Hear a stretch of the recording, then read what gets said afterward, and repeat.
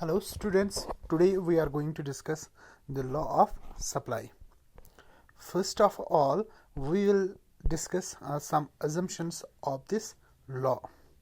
आप यहाँ पे देख सकते हो ये जो फंक्शन है इसको हम सप्लाई फंक्शन कहते हैं and we have already discussed it in the previous lecture.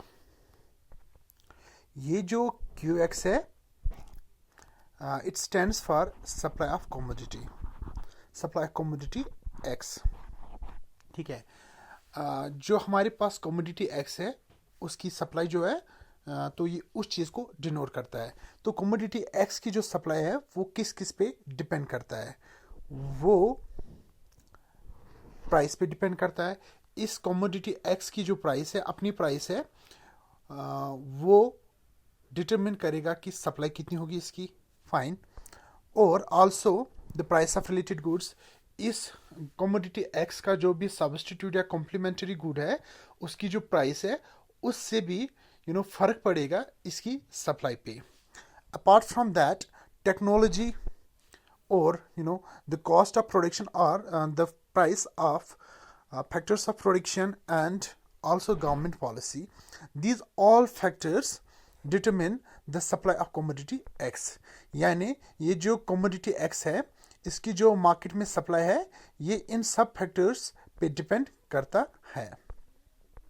अगर इन फैक्टर्स में से कोई भी फैक्टर चेंज होता है, if there is change in any of these factors, तो इसकी वजह से किस में चेंज आएगा, supply of commodity X. Commodity X की जो सप्लाई है उसमें चेंज आएगा if there is change in any of these factors. और अगर हम मान के चलें इस पॉइंट पे, ये जो फैक्टर्स हैं ये वाले फैक्टर्स आप देख सकते हैं, price of related good, technology और price of inputs and government policy. अगर हम ये मान लें ये जो चार फैक्टर्स हैं इनमें कोई भी चेंज नहीं आएगी, हम इनको कांस्टेंट होल्ड करेंगे, तो वहां पर कौन सा फैक्टर बचा, only PX. And PX stands for price of this good X. अब देखिए आप, हमारे पास अब दो वेरिएबल्स हैं, एक है QX और दूसरा है PX. दैट मीन्स जो सप्लाई है इस कमोडिटी की, the supply of commodity X, it now depends only on its own price. For example, if QX is T, it's T, ठीक है. Supply of T सिर्फ डिपेंड करेगा on PX. That means price of X holding all other factors constant. That means अगर T की price में change आएगी तो उसकी वजह से जो T की सप्लाई है उसमें भी चेंज आएगी. अगर हम इस रिलेशनशिप को स्टडी करें, if we want to study this relationship between the quantity of T, supply of T and the price of T, इसको अगर हम स्टडी करेंगे, at the same time we hold other factors constant रखने को we call it ceteris paribus. ठीक है. तो अब हम देखेंगे कि जो सप्लाई ऑफ T है इसमें क्या कोई चेंज आती है in case there is change in the price of T. That's what we do in law of supply. Law of supply says that holding some factors constant. हमने अभी देखा कौन कौन से फैक्टर्स हमने कांस्टेंट रखने हैं. जैसे हमने उन फैक्टर्स को कांस्टेंट रखा तो उसके बाद अगर हम देखेंगे कि in case there is change in the price of T की प्राइस में चेंज आ रही है, क्या इसकी वजह से T के सप्लाई में कोई चेंज आ रही है. This is what we study in law of supply. Law of supply says कि अगर T की प्राइस में चेंज आएगी तो T की सप्लाई में भी चेंज आएगी. बट ये चेंज कैसी होगी, now let's see that. It says, law of supply says if there is increase in the price of T, अगर T की प्राइस में there is increase, it says supply की जो T जो है उसकी जो सप्लाई है, T की जो सप्लाई वो भी इंक्रीज हो जाएगी. ये लॉ ऑफ सप्लाई कहता है. Law of supply says the relationship between price of T and the supply of T, it is positive और it is direct relationship. That means both move in the same direction. That means अगर T की price increase हो जाती है तो market में T की जो सप्लाई है वो भी इंक्रीज हो जाएगी. And if the price of T decreases, अगर T की प्राइस डिक्रीज होती है तो मार्केट में टी की जो सप्लाई है वो भी क्या हो जाती है, डिक्रीज। सो हमने देखा law of supply says that holding some factors constant, the relationship between the price of a commodity and its quantity supplied, it is positive। तो हमने यहाँ देखा टी की जो प्राइस अपनी प्राइस है और इसकी जो अपनी सप्लाई है, इनमें जो रिलेशनशिप है ये पॉजिटिव है। अब जो लॉ ऑफ सप्लाई है, we can also show it with the help of a schedule, supply schedule। This is our supply schedule, ठीक है। तो इसमें आप देख सकते हैं one variable is price and another one is quantity supplied. आप यहां पर देख सकते हैं जब प्राइस 1 है तो क्वांटिटी कितनी सप्लाई हो रही है, 5। प्राइस 2 है, क्वांटिटी सप्लाई हो रही है 8।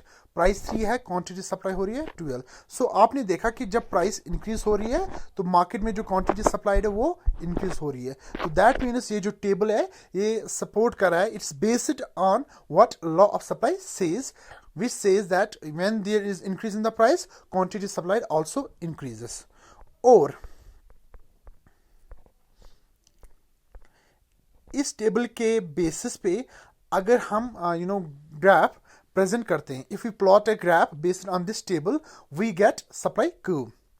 तो आप देख सकते हैं वर्टिकल एक्सिस पे we will have to show price and on horizontal axis we will have to show quantity supplied. तो जब हमने इस टेबल को प्लॉट किया तो हमें ये वाला ग्राफ मिला। आप देख सकते हो इस ग्राफ में, आप देख सकते हो this SS line, this is our supply curve, this is our supply curve. तो आप देख सकते हो ये जो सप्लाई कर्व है it is upward sloping, it slopes upwards from left to right. आप देख सकते हो लेफ्ट से राइट की टूवर्ड्स हम जा रहे हैं। सो supply curve is positively sloped और अपवर्ड स्लोपिंग। अपवर्ड स्लोपिंग या पॉजिटिवली स्लोप्ड का मतलब क्या होता है कि जो दो वेरिएबल्स हैं जिनको हम स्टडी कर रहे हैं, कौन से variable, price of x and quantity of x, ये दोनों सेम डायरेक्शन में जा रहे हैं। जब ये दोनों सेम डायरेक्शन में जा रहे हैं, जो कर्व हमें मिल रहा है वो कौन सा है, अपवर्ड स्लोपिंग। तो बेसिकली सप्लाई कर्व क्या होता है, supply curve is graphical presentation, graphical presentation of what, graphical presentation of this data, the data presented, the data which we have in the form of this table। इस table में जो हमें data है, और ये डेटा हमने कैसे generate किया, based on the law of supply, जहां पर कहा जाता है कि प्राइस जब इंक्रीज होगी तो क्वांटिटी सप्लाई इंक्रीज होगी, प्राइस डिक्रीज होगी तो क्वांटिटी सप्लाई डिक्रीज होगी। तो उस इंफॉर्मेशन को हमने इस टेबल में पुट किया, और इस टेबल के बेसिस पे जब हमने इस टेबल में जो इंफॉर्मेशन है जब हमने इसको प्रेजेंट किया in the form of a graph, तो हमें अपवर्ड स्लोपिंग ग्राफ मिला। तो वो हमारा सप्लाई कर्व है विच इज अपवर्ड स्लोपिंग, और you can also say it is positively sloped. आप देख सकते हो इसमें, देखिए इनिशियली जब प्राइस 1 है तो क्वांटिटी 5 है, ठीक है। व्हाट हैपेंस अगर प्राइस इंक्रीज हो गई, देखिए तो क्वांटिटी सप्लाई इंक्रीज हो गई, और प्राइस और इंक्रीज होगी तो क्वांटिटी सप्लाइड और इंक्रीज हो जाएगी। If you start from the top, आप यहां देख सकते हैं when price is 3, quantity supplied is 12। When price decreases, suppose 3 rupees से 2 रुपीज की तरफ प्राइस आती है तो क्वांटिटी सप्लाई डिक्रीज हो रही है फ्रॉम 12 to 8। सेम वे अगर प्राइस और डिक्रीज होगी from 2 to 1, quantity supply decrease from 8 to 5। तो हमने देखा कि law of supply says that the supply curve is upward sloping or positively sloped। Now what are the reasons behind upward sloping supply curve? supply curve upward sloping है तो क्यों है? जैसे आपने लॉ ऑफ डिमांड में देखा था, law of demand downward sloping है तो क्यों है? तो उसमें आपने देखा था इनकम इफेक्ट होता है, सब्स्टिट्यूशन इफेक्ट होता है, और law of diminishing marginal utility होता है। तो वैसे ही अगर सप्लाई करे अपवर्ड स्लोपिंग है, उसका क्या रीजन है? तो उसका जो पहला रीजन है it's law of diminishing marginal productivity. तो इसका क्या मतलब है? इसका मतलब है कि अगर हम चाहते हैं कि हम प्रोडक्शन इंक्रीज करें, एक फर्म चाहते हैं कि वो अपना प्रोडक्शन इंक्रीज करे, वो प्रोडक्शन इंक्रीज कर सकती है, but at the same time जो कॉस्ट ऑफ प्रोडक्शन है वो भी इंक्रीज हो जाएगी। What does that mean? Let me explain it. देखिए सपोज एक कॉबलर की बात करते हैं या एक फर्म की बात करते हैं, अगर वो शू प्रोड्यूस करती है, तो इसने पहला शू प्रोड्यूस किया एट 100 रुपी, पहला शू इसने प्रोड्यूस किया एट 100 रुपी, और एक एक्स्ट्रा शू जब इसने प्रोड्यूस करना चाहा तो वो अब 120 में प्रोड्यूस हो रहा है। यही तो law of diminishing marginal productivity कहता है कि जब आप अपनी प्रोडक्शन इंक्रीज करोगे, तो प्रोडक्शन जब आप इंक्रीज करोगे, जो कॉस्ट ऑफ प्रोडक्शन है वो भी इंक्रीज हो जाएगी। तो 100 से 120, दैट मीन्स जैसे हमने पहला शू प्रोड्यूस किया तो वो 100 रुपीज़ में प्रिपेयर हुआ, और सेकंड शू प्रोड्यूस किया वो 120 रुपीज़ में प्रोड्यूस हुआ। And how it is related to upward sloping supply curve. देखिए, अगर मार्केट में जो शू की प्राइस है वो 100 रुपी है, तो आप बताइए ये जो फर्म है या ये जो प्रोड्यूसर है वो कितने शू ऑफर करेगा? ओनली 1 शू ऑफर करेगा। क्यों? क्योंकि सपोज जो पहला शू इसने प्रोड्यूस किया वो 100 है उसकी कॉस्ट, तो जब मार्केट में प्राइस 100 है तो एक ही शू ऑफर करेगा, ठीक है। तो लेकिन इसने 2 शू दो शू इसने प्रोड्यूस करे हैं, लेकिन सेकंड वाला ये तब ऑफर करेगा जब इसको 100 से ज़्यादा प्राइस मिलेगी।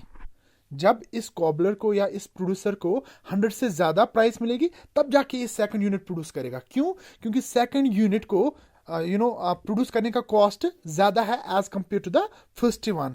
दैट मीन्स अगर उसने फर्स्ट वन 100 रुपीज़ में ऑफर किया था, लेकिन सेकंड वन ये तब ऑफर करेगा जब इसको पहले से ज़्यादा प्राइस मिलेगी। दैट्स वाई जब प्राइस ज़्यादा हो जाती है तब प्रोड्यूसर ज़्यादा सप्लाई ऑफर करता है।